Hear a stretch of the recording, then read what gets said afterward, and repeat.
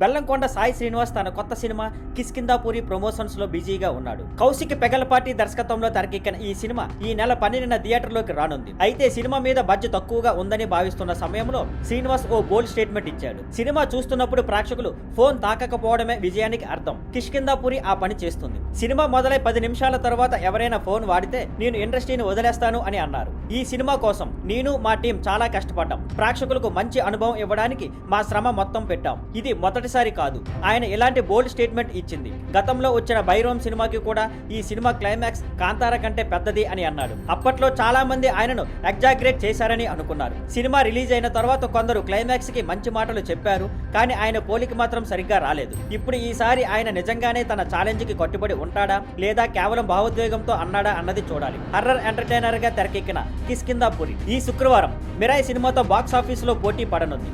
ముందు రోజుల్లో సినిమా చేసేవాళ్ళు కంటెంట్ కి ఎక్కువ ప్రాధాన్యం ఇచ్చేవారు. కానీ ఇప్పుడు కాలం మారింది. ఏదోలా ఎక్కువ కలెక్షన్స్ రావాలని లెక్కలు వేసుకుని సినిమాలు చేస్తున్నారు. బడ్జెట్ పెట్టుకున్నా అది తెరపై కనిపించడం లేదు అని ప్రేక్షకులు అనుమానిస్తున్నారు. ఇప్పుడు అందరి టార్గెట్ 1000 కోట్ల క్లబ్ లోకి అడుగు పెట్టడం. ఈ విషయంపై హీరో శివకార్తికేయన్ తన అభిప్రాయం తెలిపారు. తమిళ సినిమాలు కూడా క్రమంగా 1000 కోట్ల క్లబ్ కు చేరుకుంటాయి. కానీ చాలా సినిమాలు 1000 కోట్లు దాటలేకపోయాయి. కారణం కథలో బలం లేకపోవడం లేదా పాన్ ఇండియా స్థాయిలో చేరకపోవడం అని చెప్పారు. అదే సమయంలో ఆయన టికెట్ల రేట్లను కూడా ప్రధాన కారణంగా చెప్పారు. బెంగళూరు, ముంబైలా మనం కూడా ఎక్కువ టికెట్ రేట్లు వేసుంటే జైలర్ 800 నుంచి 1000 కోట్లు దాటేసేది అని. నేను రేట్లు పెంచాలని అనుకోవడం లేదు, కానీ మన సినిమాలు ఉత్తర భారత మార్కెట్ లోకి వెళ్ళాలి అని అన్నారు. శివకార్తికేయన్ తన సినిమాలతో కోలీవుడ్ కి నార్త్ మార్కెట్ లో పుష్ ఇచ్చేందుకు ప్రయత్నిస్తున్నాడు. అమరన్ వంటి సినిమాలు కొంత హైప్ తెచ్చాయి. కానీ ఇటీవల వచ్చిన విక్రమ్, లియో, జైలర్, అమరన్ వంటి హిట్స్ ఉన్నప్పటికీ 1000 కోట్ల లక్ష్యం చేరుకోలేకపోయారు. Thug Life, PS franchise, Indian 2, Leo, Coolie వంటి సినిమాలపై భారీ అంచనాలు పెట్టుకున్నా అనుకున్నంత ఫలితం రాలేదు. ఆయన తాజా సినిమా మదరాసి కూడా పెద్దగా సక్సెస్ కాలేదు. ఇప్పుడు అతను సుధా కొంగర దర్శకత్వంలో తెరకెక్కుతున్న పరాశక్తి సినిమాతో రాబోతున్నాడు. ఈ సినిమా ఎలాంటి ఫలితం ఇస్తుందో చూడాలి.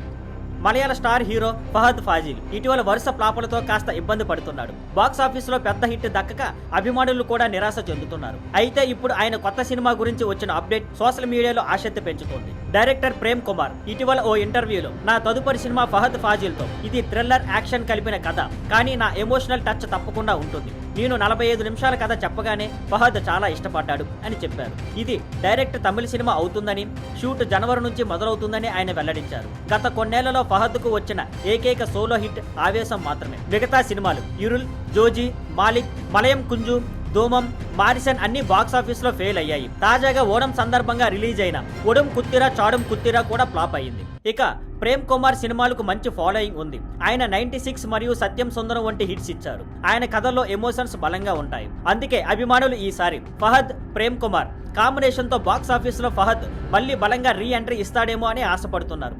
ప్రభాస్ నటిస్తున్న రాజాసాబ్ ఆయన కెరీర్ లో ప్రత్యేకమైన cinema. Horror romantic comedy genre లో ఆయన తొలిసారి నటిస్తున్నాడు. మారుతి దర్శకత్వంలో తెరకెక్కుతున్న ఈ సినిమా ప్రస్తుతం పోస్ట్ ప్రొడక్షన్ పనిలో ఉంది. ప్రమోషన్స్ మరో నెలలో ప్రారంభం అవుతాయి. ప్రభాస్ కెరీర్ పై ఈ సినిమా పెద్దగా ప్రభావం చూపకపోయినా డైరెక్టర్ మారుతి, హీరోయిన్లు నిధి అగర్వాల్ మరియు మాళవిక మోహనానికి మాత్రం ఈ సినిమా చాలా కీలకం. నిధి అగర్వాల్ విషయానికి వస్తే చాలా రోజులుగా సక్సెస్ కోసం ప్రయత్నిస్తున్న పెద్ద బ్రేక్ దొరకలేదు. హరిహర వీరమల్లులో నుండి చాలా ఆశలు పెట్టుకున్నా అది ఫ్లాప్ కావడంతో నిరాశ ఎదురైంది.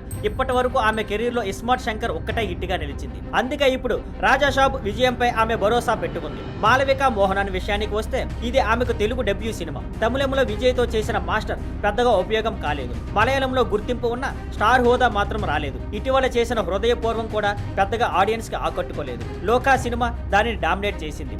అందుకే ఇప్పుడు రాజాసాబ్ మీద ఆమె బాగా ఆధారపడుతుంది. ఈ సినిమా ప్రమోషన్స్ ని హీరోయిన్లు త్వరగా ప్రారంభిస్తే రిలీజ్ వరకు ఫ్యాన్స్ దృష్టిని ఆకర్షించే అవకాశం ఉంది. సినిమా హిట్ అయితే ఇద్దరికి పాన్ ఇండియా లెవెల్లో అవకాశాలు రావచ్చు. రాజాసాబ్ సంక్రాంతి సందర్భంగా థియేటర్లోకి రానుంది.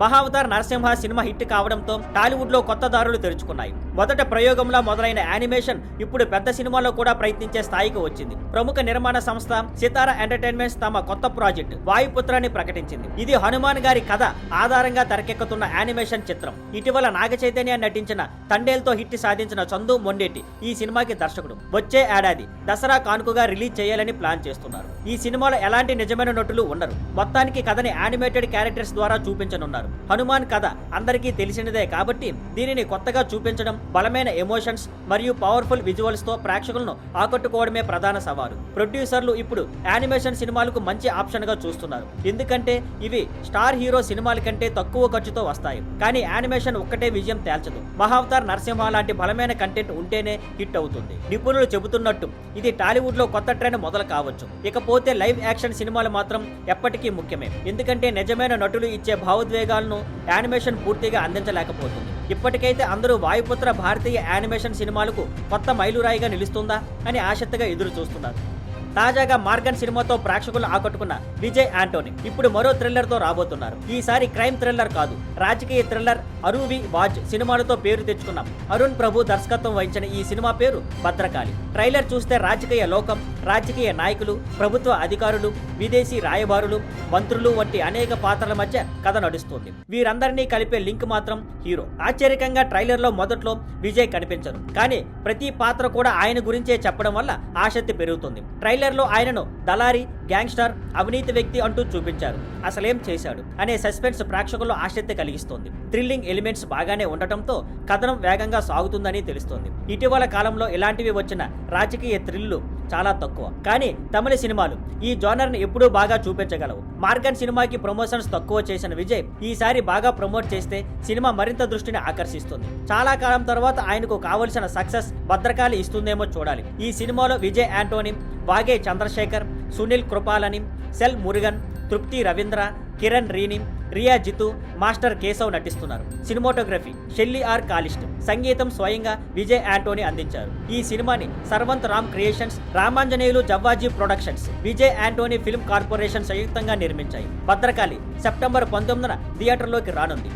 గతసారి నేషనల్ అవార్డ్స్ ప్రకటించినప్పుడు మలయాళ సినిమా ఇండస్ట్రీకి పెద్ద నిరాశ ఎదురైంది. అందరూ పృథ్వీరాజ్ సుకుమారన్ నటించిన ఆడు జీవితంకి కనీసం ఒక అవార్డు వస్తుందని అనుకున్నారు, కానీ ఒక్క గుర్తింపు కూడా రాకపోవడంతో జ్యూరీపై తీవ్ర విమర్శలు వచ్చాయి. ఇటీవల షార్జాలో జరిగిన ఓ ఈవెంట్ లో పృథ్వీరాజ్ దీనిపై స్పందించాడు. నేను ఈ సినిమా జ్యూరీ కోసం కాదు, ప్రేక్షకుల కోసం తీశారు. సినిమా కొద్ది మంది మాత్రమే చూసి మార్కులు వేయడానికి కాదు, అంతర్జాతీయ ఫెస్టివల్స్ కోసం మాత్రమే కూడా కాదు. చివరికి సినిమా అంటే ప్రేక్షకుల కోసం థియేటర్లకు వచ్చి ఆస్వాదించేందుకు. ఆ దృష్టిలో చూస్తే ప్రేక్షకులు ఆడు జీవితంకి పెద్ద అవార్డే ఇచ్చారు. దానికి నేను వారికి కృతజ్ఞతలు చెబుతున్నాను అని అన్నారు. పృథ్వీరాజ్ తదుపరి cinema Vilayat Buddha.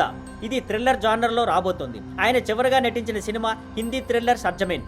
Young hero Teja Sajja తన కొత్త సినిమా మిరాయ్ రిలీజుకు ముందు ప్రేక్షకుల దృష్టిని ఆకర్షిస్తున్నాడు. సినిమా ప్రమోషన్స్ జోరుగా జరుగుతున్నాయి. ఇటీవల కేరళలో నటుడు జయరామ్తో కలిసి ప్రమోషన్స్ లో పాల్గొన్న తేజ ఆసక్తికరమైన ఐడియా షేర్ చేశాడు. తేజ మాట్లాడుతూ, మనందరం ఇండియన్ సూపర్ హీరో కమ్యూనిటీ భాగం అవ్వడం గర్వకారణం. కొత్తగా సూపర్ ఉమెన్ కూడా రావడం సంతోషంగా ఉంది. ఒకరోజు మిన్నల్ మురళి, లోక, హనుమాన్, మిరాయ్లోని వేద ఇవన్నీ కలిసి ఒక పెద్ద ఇండియన్ సినిమా అవ్వాలని కోరుకుంటున్నాను. అవెంజర్స్ ఎండ్ గేమ్ లా మన దగ్గర కూడా జరగాలి అని చెప్పాడు.